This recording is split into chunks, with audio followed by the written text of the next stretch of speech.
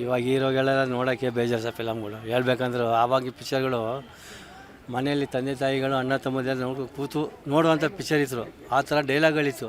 But ಇವಾಗ ಏನಪ್ಪ ಅಂದರೆ ತಂದೆ ತಾಯಿ ಮಕ್ಕಳು ಕೂತು ನೋಡುವಂಥ ಡೈಲಾಗ್ಗಳು ಇಲ್ಲ, ಫಿಲಮ್ಗಳು ಇಲ್ಲ, ಅಶ್ಲೀಲ ಬರ್ತದೆ. ನೋಡೋಕ್ಕೆ ಆಸೆ ಆಗುತ್ತೆ ಪಿಕ್ಚರ್ಗಳು, ನೋಡೋಕ್ಕೆ ನಾವು ಕೂತ್ಕೊಳ್ಳೋಕ್ಕೆ ಬೇಜಾರಾಗುತ್ತೆ. ಆ ಡೈಲಾಗ್ ಕೇಳ್ತಾಯಿದ್ರೆ, ಆ ರೆಕಾರ್ಡ್ಗಳು ಕೇಳ್ತಾಯಿದ್ರೆ ತಲೆಯೆಲ್ಲ ಬುಡ ಇಲ್ಲ, ಏನೇನೋ ಇದು ಸಾಹಿತ್ಯ.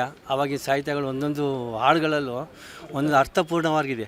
ಬಟ್ ಇವತ್ತಿಗೂ ಅದು ಜನ ಎಷ್ಟು ಚೇಂಜ್ ಆಗಿದ್ದಾರೆ ಅದನ್ನು ಇವತ್ತು ನೆನೆಸ್ಕೊಬೇಕದು. ಆದರೆ ಆ ಥರ ಸಾಹಿತ್ಯ ಇತ್ತು.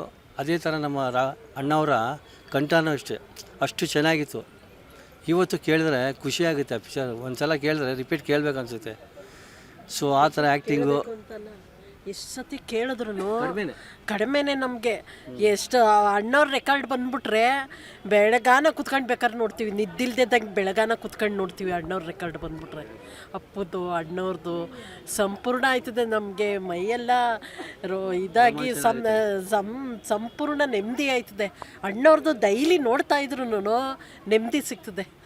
ಅಷ್ಟು ಚೆನ್ನಾಗಿರುತ್ತೆ. ಧ್ರುವ ತಾರೆ ಅವೆಲ್ಲ, ಕವಿರತ್ನ ಕಾಳಿದಾಸ, ಜ್ವಾಲಾಮುಖಿ, ಬಬ್ರುವನ, ಧ್ರುವ ತಾರೆ ಅವೆಲ್ಲ ನೋಡ್ತಾಯಿದ್ರೆ ಮೂರು ವರ್ಷ 2 ವರ್ಷ ಓಡ್ತು. ಈಗ ಒಂದು ವಾರನೂ ಓಡಲ್ಲ ಫಿಲಮ್ಗಳು, ಏನೂ ಓಡಲ್ಲ ಈಗ. ಅಷ್ಟು ಚೆನ್ನಾಗಿ ಓಡ್ತಿತ್ತು ಅಣ್ಣವ್ರ ಫಿಲಮ್ಮು ಅಂದರೆ, ಅಣ್ಣವ್ರದ್ದು ಇದು ಅಂದರೆ ಅಷ್ಟೇ ರೋಮಾಂಚನ ಆಯ್ತಿತ್ತು. ಚೆನ್ನಾಗೆ ಅಪ್ಪುದಂತೂ ಒಂಬೆ ಹೇಳ್ತೈತೆ. ಹಿಂದೆ ದಿನ ಹಾಕೊಂಡು ಕೇಳ್ತಾಯಿದ್ರು ಬೇಜಾರಾಗಲ್ಲ ರೆಕಾರ್ಡು.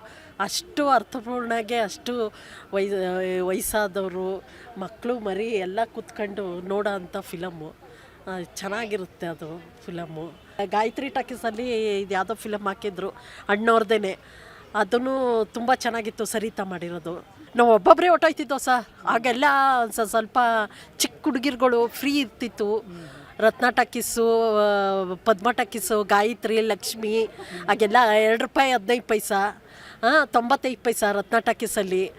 ಪದ್ಮ ಟಾಕೀಸಲ್ಲಿ 1 ರೂಪಾಯಿ 15 ಪೈಸಾ ಹಾಗೆಲ್ಲ ನೋಡ್ತಿದ್ದೋ. ಹಾಗೆಲ್ಲ ಆನಂದ್ ಫಿಲಮ್ಮು, ರಸಸಪ್ತಮಿ ಎಲ್ಲ ಫಿಲಮ್ಮೂ ನೋಡುವ ಚೆನ್ನಾಗಿರ್ತಿತ್ತು. ಈಗ ಬರೋ ಫಿಲಮ್ಗಳು ಯಾವುದೋ ಒಂದು ವಾರನೂ ಓಡಲ್ಲ, ಒಂದು 3 ದಿವಸನೂ ಓಡಲ್ಲ.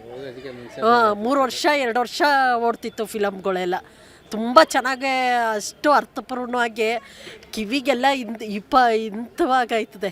ಡೈಲಿ ನೋಡ್ತೀವಿ ಅಣ್ಣವ್ರದ, ನಾವು ನೋಡ್ದಂತೆ ಇರಕ್ಕಿಲ್ಲ.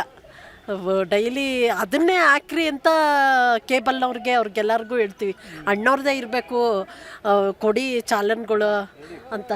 ಅಷ್ಟು ಅರ್ಥಪೂರ್ಣವಾಗಿ ತುಂಬ ಚೆನ್ನಾಗಿರುತ್ತೆ. ಅದೇ ಸರ್, ಮುಂದಿನ ಜನ್ರೇಷನ್ ಇವತ್ತಿನ ಜನ್ರೇಷನ್ ಮಕ್ಕಳುಗಳು ತಿಳ್ಕೊಳ್ಳೋದಿದೆ ಸರ್. ಮಕ್ಕಳುಗಳು ಅಂಥ ಮಹಾನಟ ಒಬ್ಬ ಹಿಂದೆ ನಾವು ನೋಡೋಕ್ಕಾಗಲ್ಲ, ಮುಂದೆ ನೋಡೋಕ್ಕೂ ಆಗೋದಿಲ್ಲ. ನಾವು ನೋಡಿದರೆ ನಾವೇ ಧನ್ಯ ಹೇಳ್ಬೇಕಂದ್ರೆ.